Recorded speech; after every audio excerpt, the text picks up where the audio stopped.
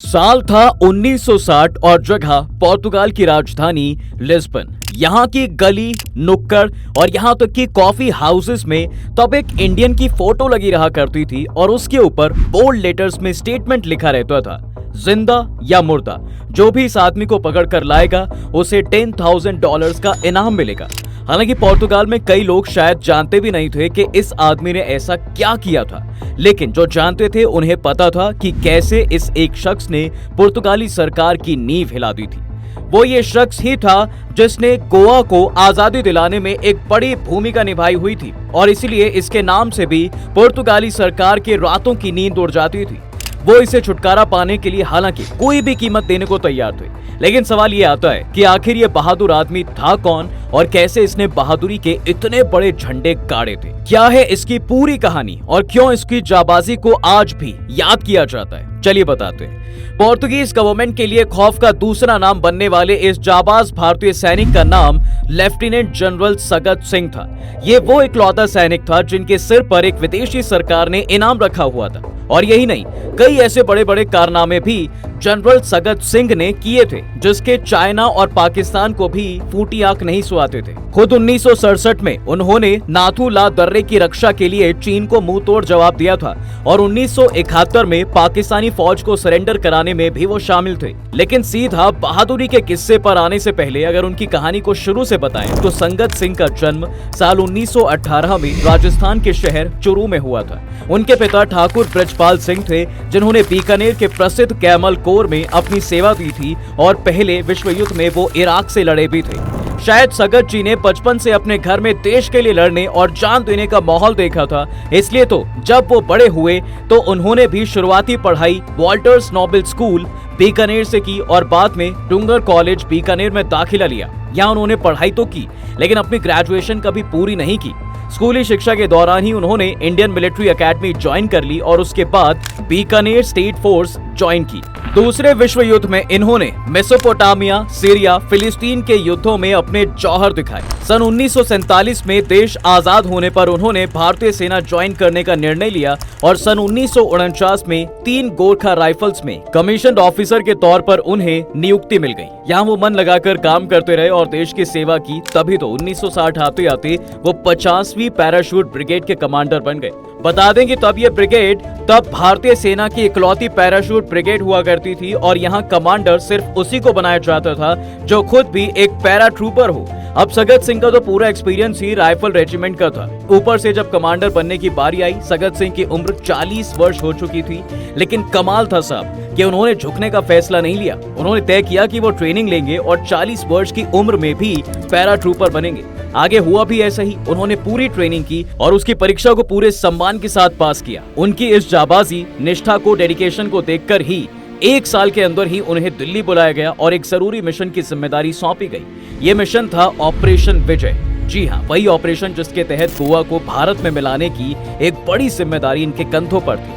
उधर गोवा की जनता खुद अत्याचार और नाइंसाफी से पहले ही त्रस्त थी और वो भी राह देख रही थी कि कब वो वापस अपने अखंड हिस्से से जुड़ जाए। सगत सिंह कैसे उनकी उम्मीदों पर पानी फेर सकते थे, इसलिए इस मिशन की सफलता में उन्होंने जी जान झोंक दी। इसके तहत सबसे पहले पैरा ट्रूपर्स भेजे जाने थे जो सीधे हवा से पंजिम में लैंड करते और इसके बाद एक पैदल टुकड़ी मडगांव में एंटर करती, जिससे दोनों तरफ से सेना का कब्जा हो जाता। 18 दिसंबर को प्लान के मुताबिक ठीक ऐसा ही किया और इसमें पैराशूट के जिस कमांडर ने सबसे पहले गोवा की धरती पर कदम रखा वो थे सगत सिंह। उन्होंने गोवा को कब्जे में लेने के लिए वहां जबरदस्त पराक्रम दिखाया। हालांकि इस बीच गोवा की पुर्तगाली सरकार ने पुल वगैरह सब तोड़ डाले थे, लेकिन इससे सगत सिंह और उनके साथियों का हौसला कम नहीं हुआ, बल्कि उन्होंने साथियों के साथ तैरकर नदी पार की और धीरे धीरे वो शहर में घुस गए। यहाँ गोवा की जनता ने मुक्तिदाता के रूप में उनका स्वागत किया और इसी गौरव का सम्मान रखते हुए सगत सिंह ने गोवा में पुर्तगालियों को आत्मसमर्पण करने को मजबूर कर दिया। ये इनकी फुर्ती और तेजी का नतीजा था कि पुर्तगाल के सैनिकों सहित 3,306 लोगों को आत्मसमर्पण करना पड़ा और इसके साथ ही गोवा भारत का हिस्सा बन गया। इसके बाद तो लोग उन्हें एक मुक्तिदाता के रूप में ही जानने लगे। जी हाँ, पूरे गोवा में इससे उनका परचम लहराया। लेकिन पुर्तगाल को सगत के इस पराक्रम की इतनी मिर्ची लगी कि उन्होंने सगत सिंह के सिर एक बड़ा इनाम रखवा दिया। अब ये बात हम खुद नहीं कह रहे, बल्कि सगत सिंह ने अपने एक इंटरव्यू में बताया था कि गोवा से वापस आगरा आने के बाद एक दिन जब वो सिविल ड्रेस में एक होटल में खाना खाने गए तो होटल में कुछ विदेशी टूरिस्ट लगातार सगत सिंह की तरफ देखे जा रहे थे। थोड़ी देर बाद एक पर्यटक उनके पास आया और उसने खुद को अमेरिका का बताते हुए पूछा कि क्या आप ब्रिगेडियर सगत सिंह हैं? उन्होंने हाँ में जवाब दिया, मगर साथ में जनरल ने इसका कारण पूछा। ऐसे में टूरिस्ट ने जवाब देते हुए ये कहा कि वे अभी पुर्तगाल से आ रहे हैं, वहाँ कई जगह हमने आपकी फोटो लगे पोस्टर देखे, उसके नीचे लिखा था कि आपको पकड़कर लाने वाले को $10,000 इनाम दिया जाएगा। सगत सिंह ने मुस्कुराकर कहा, ओह तो फिर मैं आपके साथ पुर्तगाल चलता हूँ, आपको इनाम मिल जाएगा। इस पर टूरिस्ट ने मजाकिया लहजे में कहा कि हम पुर्तगाल ना जाकर सीधे अमेरिका जा रहे हैं और कभी चलेंगे पुर्तगाल। अब इस घटना से अब ये तो साबित हो गया था कि सगत सिंह के नाम की हवा ने पुर्तगाल को काफी परेशान किया है। लेकिन आपको बता दें कि इनके करियर में ये केवल इंसिडेंट नहीं था जिसके लिए वो जाने गए, बल्कि ये तो केवल उनकी जाबाजी का मात्र ट्रेलर भर था। इनकी असली बहादुरी तो देश को 1964 में देखने को मिली थी, जब उस साल सगत सिंह ने पैरा ब्रिगेड की कमांड छोड़ दी और इसी के साथ उन्हें 17वीं माउंटेन डिवीजन की कमांड दे दी गई। इसके बाद मेजर जनरल के रूप में उन्होंने डिवीजन की कमांड संभाली और पूर्वोत्तर की सीमा की देखरेख करने लगे। आपको बता दें कि यही वो समय था जब धीरे धीरे उन्होंने वायुसेना में दिलचस्पी दिखानी शुरू की और युद्ध में वायुसेना के इस्तेमाल के गुण सीखे। हालांकि वो उम्र से ज्यादा थे, लेकिन ये उनकी अपनी काबिलियत थी कि किसी भी नई चीज को सीखने के लिए वो हमेशा तैयार रहते थे। उन्हें काम करने में प्रॉब्लम नहीं होती थी। इसी का नतीजा भी था कि 1964 में जब मिजोरम में विद्रोह हुआ तो इसे खत्म करने के लिए वो हेलीकॉप्टर का इस्तेमाल कर पाए। अपनी इस सूझबूझ के चलते उन्हें परम विशिष्ट सेवा पदक से भी सम्मानित किया गया। 1964 के बाद सगत सिंह के पराक्रम की एक और कहानी हमें 1965 में सुनने को मिली, जब पश्चिमी मोर्चे पर पाकिस्तान से भारत का युद्ध शुरू हो गया। इस पूरे बवाल के वक्त भी भारत की तरफ से सगत सिंह पूर्व का मोर्चा संभाले हुए थे। इस दौरान उनका पाला पाकिस्तानी सैनिकों के बजाय चीनी सैनिकों से भी पड़ा, क्योंकि इस लड़ाई का फायदा उठाकर चीन ने सीमा पर नाथुला और चेलेपला दर्रे के पास 5000 सैनिक तैनात कर दिए थे। जब सगत सिंह को इस बड़े रेड अलर्ट का पता चलता है तो वो समझ गए कि ये एक बड़ा खतरा था, क्योंकि अगर नाथुला पर चीन का कब्जा हो गया तो वो सिक्किम में गैंगटोक तक घुस जाएंगे और भारत का ये हिस्सा चाइना के कब्जे में आ जाएगा। इसलिए देश के इस हिस्से को बचाने के लिए सगत सिंह ने बीड़ा उठाया। वहीं दूसरी तरफ करीब 2 साल तक चीनी फौज ने नाथुला दर्रे पर अपने सैनिक तैनात रखे। इस दौरान भी जब भी भारतीय सैनिक सीमा पर बाढ़ लाने की कोशिश करते, चीनी सैनिक उन पर हमला कर देते, जिसके चलते आए दिन हाथापाई और झड़पें होती रहती। 11 सितंबर 1967 के रोज एक ऐसा मौका भी आया जब चीनी सैनिकों ने भारतीय सैनिकों पर गोली चला दी। इसके बीच साइड से सिचुएशन नाजुक हो चली थी, क्योंकि अगर भारतीय सैनिक भी गोली चलाते तो एक बड़े युद्ध की स्थिति खड़ी हो सकती थी। वहीं अगर वो कोई जवाब ना देते तो इससे चीनी सैनिकों की घुसपैठ को और बढ़ावा मिलता। ऐसी स्थिति में सगत सिंह ने जिम्मेदारी लेते हुए अपने फौजियों को वापस गोलीबारी का आदेश दिया।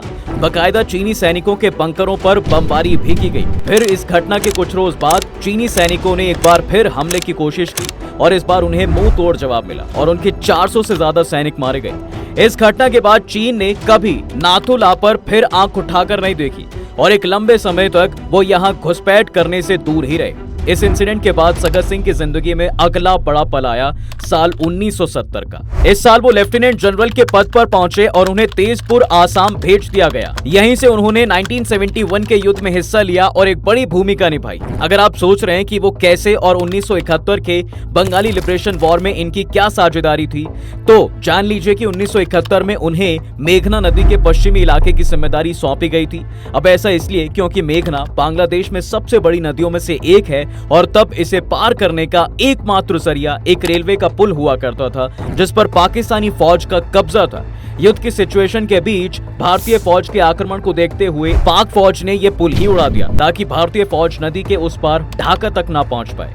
पुल की मरम्मत में काफी समय लग सकता था, इसलिए लेफ्टिनेंट जनरल सगत सिंह ने मेजर जनरल BF गोंजाल्विस के साथ मिलकर एक दूसरा रास्ता निकाला। इसके तहत उन्होंने सैनिकों को हवाई जहाज से उतारने का फैसला किया।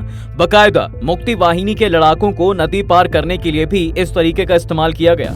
इस दौरान 9 हेलीकॉप्टरों से 60 उड़ानें भरकर तकरीबन 584 सैनिकों को मेघना नदी से पार कराया गया। ये कदम जनरल सगत ने बिना उच्च अधिकारियों की अनुमति के उठाया था और उनके इस कदम से जनरल जगजीत सिंह अरोड़ा इतने नाराज हुए थे कि उन्होंने सगत सिंह को उन्हें फोन पर चेतावनी देते हुए वापस आने की हिदायत दे डाली थी। लेकिन जनरल सगत टस से मस नहीं हुए और उन्होंने जनरल अरोड़ा को जवाब दिया, ओवर माई डेड बॉडी, यानी लौटेंगे तो मेरी लाश के ऊपर से जाना पड़ेगा। जनरल सगत सिंह का यह फैसला एकदम सही साबित हुआ, क्योंकि इस फैसले से कुछ ही दिनों में आसानी से चांदपुर और दौड़कंदी के इलाकों पर कब्जा कर लिया गया और कुछ ही रोज में सेना ढाका तक पहुंच गई। जैसे हमने आपको पहले बताया, जिस रोज जनरल नियाजी ने आत्मसमर्पण के दस्तावेज पर दस्तखत किए, तब सगत सिंह भी वहां मौजूद थे। देश को दी गई अपनी विशिष्ट सेवाओं के लिए सगत सिंह को साल 1976 में देश के तीसरे सर्वोच्च नागरिक सम्मान पद्म भूषण से सम्मानित किया गया और 1976 में ही वो फौज से रिटायर हुए। करीब 25 साल बाद साल 2001 में दिल्ली के सैनिक अस्पताल में 82 साल की उम्र में उनका निधन हो गया।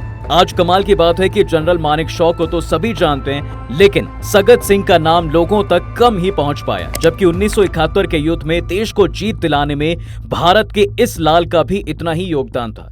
खुद सैन्य इतिहासकार मेजर चंद्रकांत सिंह बांग्लादेश की आजादी का एक श्रेय सगत सिंह को भी देते हैं। ऐसे में एक बात तो साफ होती है कि भारत वीरों की धरती है और उसके वीर लाल ही रहे जिन्होंने वक्त आने पर भारत के लिए अपना तन मन न्यौछावर करने से परहेज नहीं किया।